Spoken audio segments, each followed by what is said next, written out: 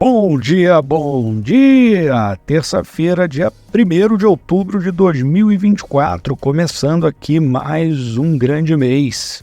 E hoje abordaremos os temas polêmicos, teve nota relevante das associações de jogos e apostas, confrontando números que foram dados aí pela imprensa nacional. E também a gente vai ter mais um capítulo da novela Stone Links Totus, revelado aqui pelo Brasil Journal.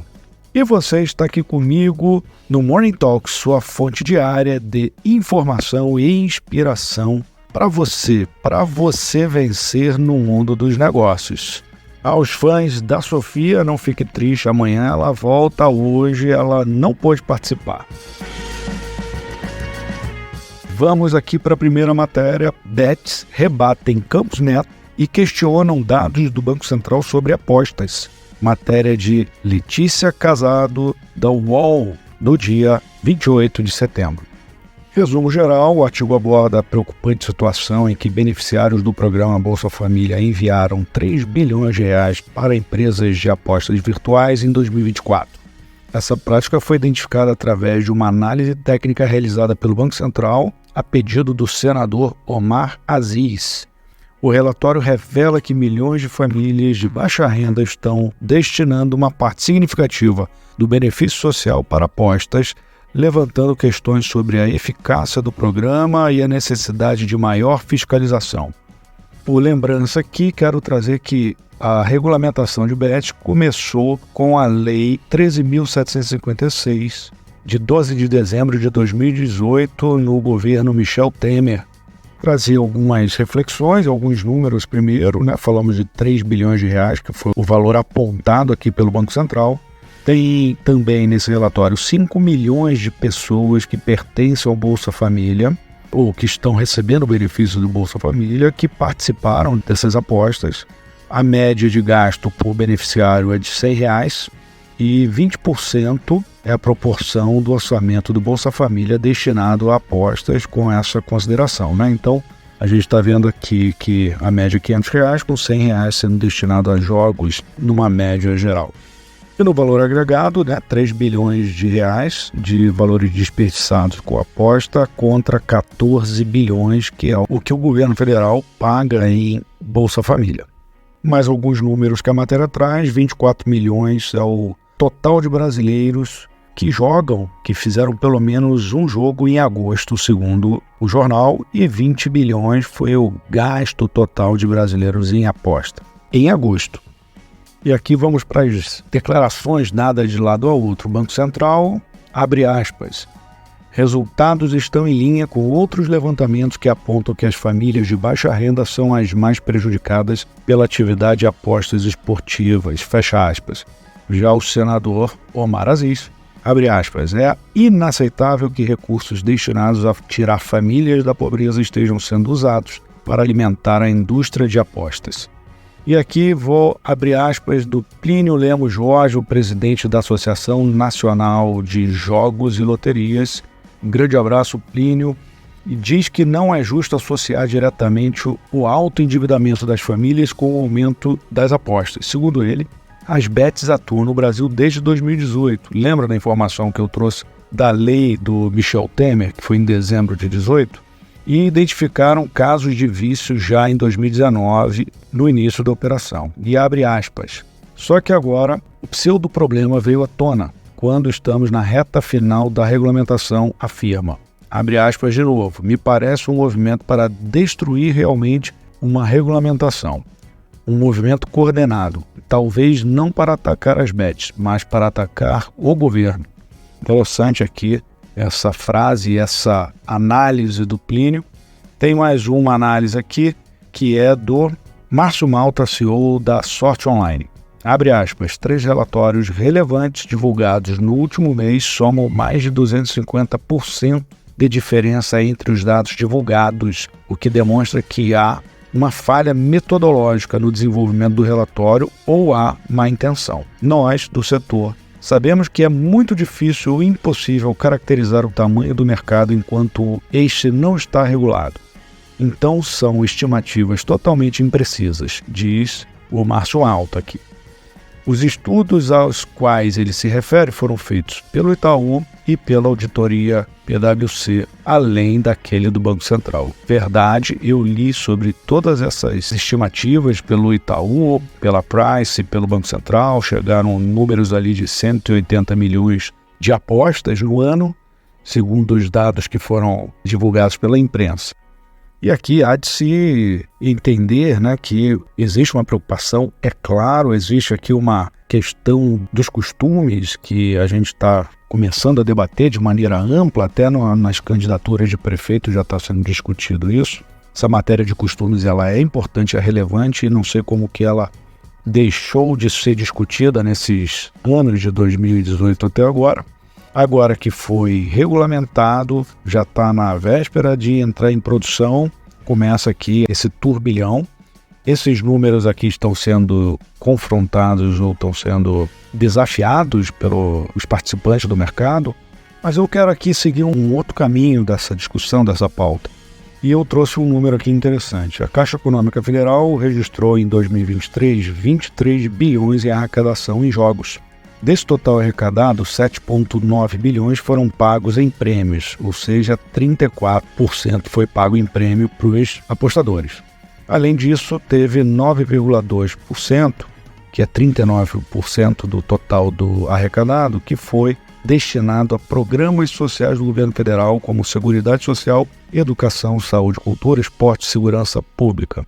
E a Caixa teve aqui, vamos chamar aqui, uma margem bruta aqui de 27%.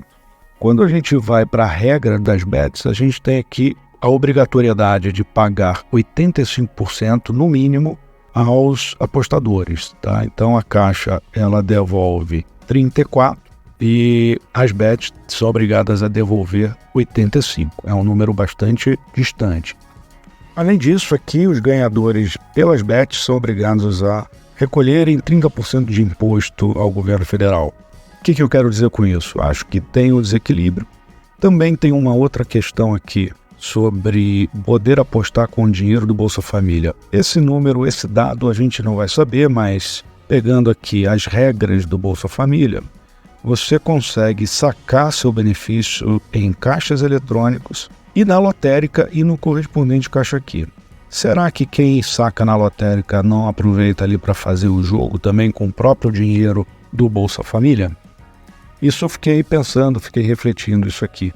Enfim, a gente tem um processo que é realmente duvidoso, temos uma matéria de costumes, uma pauta de costumes que realmente traz preocupação para endividamento, para vício, para comportamento familiar, mas acredito que sim, temos que ter uma conversa equilibrada, madura sobre o tema. O tema ele merece maior cuidado, sim, principalmente no cuidado com os mais vulneráveis. De maneira geral, eu achei bastante interessante alguns argumentos que foram apresentados aqui. Se vai cortar para quem tem Bolsa Família não poder jogar, tem que cortar também nas loterias e nas bets. Acho que tem que ser isonômica toda a medida para ser racional e para fazer sentido. De toda forma, isso aqui ainda vai dar muito pano para manga, teremos ainda muitos debates sobre isso. A verdade é que esse mês já começa aqui a operar as empresas que já foram aprovadas pelo Ministério da Fazenda, pela Secretaria Especial do Ministério da Fazenda, e vamos sim ter muitas cenas e capítulos longos dessa novela das bets no Brasil. Vamos aqui para o Brasil Journal. Stone quer pelo menos 15 vezes EBITDA pela Lynx, matéria de 30 de setembro de 2024 do querido Pedro Arbex. Vamos voltar para essa novela. Stone está buscando vender a Lynx por um múltiplo de 15 vezes EBITDA, segundo fontes não reveladas e que foram conquistadas aqui pela Brasil Journal, o que resultaria em um valuation de aproximadamente 4,5 bilhões de reais. No ano anterior, a Stone recusou uma proposta não solicitada, uma proposta espontânea que chegou na mesa por interessados, com cerca de 12 vezes o EBITDA. A venda, mesmo a 15 vezes o EBITDA, ainda seria inferior ao valor pago pela Stone na aquisição da Lynx em 2020, que foi de 6 bilhões de reais. Quem está cuidando disso é o Morgan Stanley e o JP Morgan, que estão aí no mercado, arregimentando ali toda a sua rede de contatos, criando o processo de avaliação e de atração para compradores desse ativo. Segundo uma das fontes não reveladas, a TOTVS não está entre os interessados, diferente do que tem sido reportado na mídia, ainda que possa entrar no processo mais adiante. Verdade, a matéria também diz que tem 20 interessados já na mão dos advisors, e no pitch book enviado aos interessados, a Stone disse que a Lynx deve fazer um EBITDA de mais de 300 milhões de reais esse ano, em comparação aos 244 milhões do ano passado. E aqui um pouco do repeteco, segundo uma das fontes, a Stone está mirando aí o múltiplo de 15 vezes EBITDA para início de conversa. E apenas para registro da época, a Stone pagou 6 bi em real, sendo 90% em cash e 10% em ações. E foi um processo bastante competitivo que teve a TOTVS também lá no processo da concorrência e Stone saiu vitoriosa. Naturalmente eu faria esse comentário se fosse a matéria do Sexto Sentido, às sextas-feiras, mas cabe aqui uma reflexão para saber o porquê dessa matéria, o que essa matéria está querendo contar ao mercado, atração de novos investidores, botar uma concorrência maior sobre o ativo, estabelecer um preço de conversa, enfim, fica aqui a minha humilde especulação, mas botando uma pulga aqui atrás da sua orelha. E vamos ter sim aqui muitas outras cenas para os próximos capítulos. E vamos para a nossa agenda top de hoje. Assista, não perca, vá no portal da UltraTalks, vai no YouTube na UltraTalks e procure o podcast gravado ontem com o professor da Nova School of Business, Luiz Felipe Lage, e que ele é o autor, o criador do VCW, Value Creation Wheel, que é uma metodologia que vai dominar o planeta. Já está dominando a Europa, vários países usam, a União Europeia está patrocinando isso, tem muita informação valiosa nesse podcast, você ficará impressionado.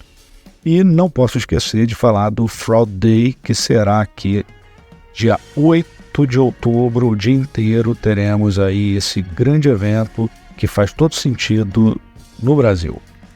E encerramos por aqui o Morning Talks de hoje. Quero agradecer aí o professor de novo, Luiz Felipe Lage, e o Luiz Cláudio pela querida presença no nosso podcast. Vocês arrebentaram, muito obrigado por tudo. Também quero mandar um grande abraço ao meu amigo Márcio Soares da Mastercard e Thiago Terra também da Mastercard. Foi um prazer. Vocês são feras, essa companhia é uma companhia muito bacana, gigante, parabéns aí por tudo que vocês têm conquistado. E agora, especialmente para você que está fazendo companhia para a gente, quero te agradecer. Realize, conquiste, compartilhe. Se gostou, compartilhe o nosso conteúdo, deixe o seu like e, principalmente, comente as nossas postagens para nos ajudar a ter relevância e saber o que você está pensando, tá? Isso é muito importante para a gente balizar aqui as nossas matérias.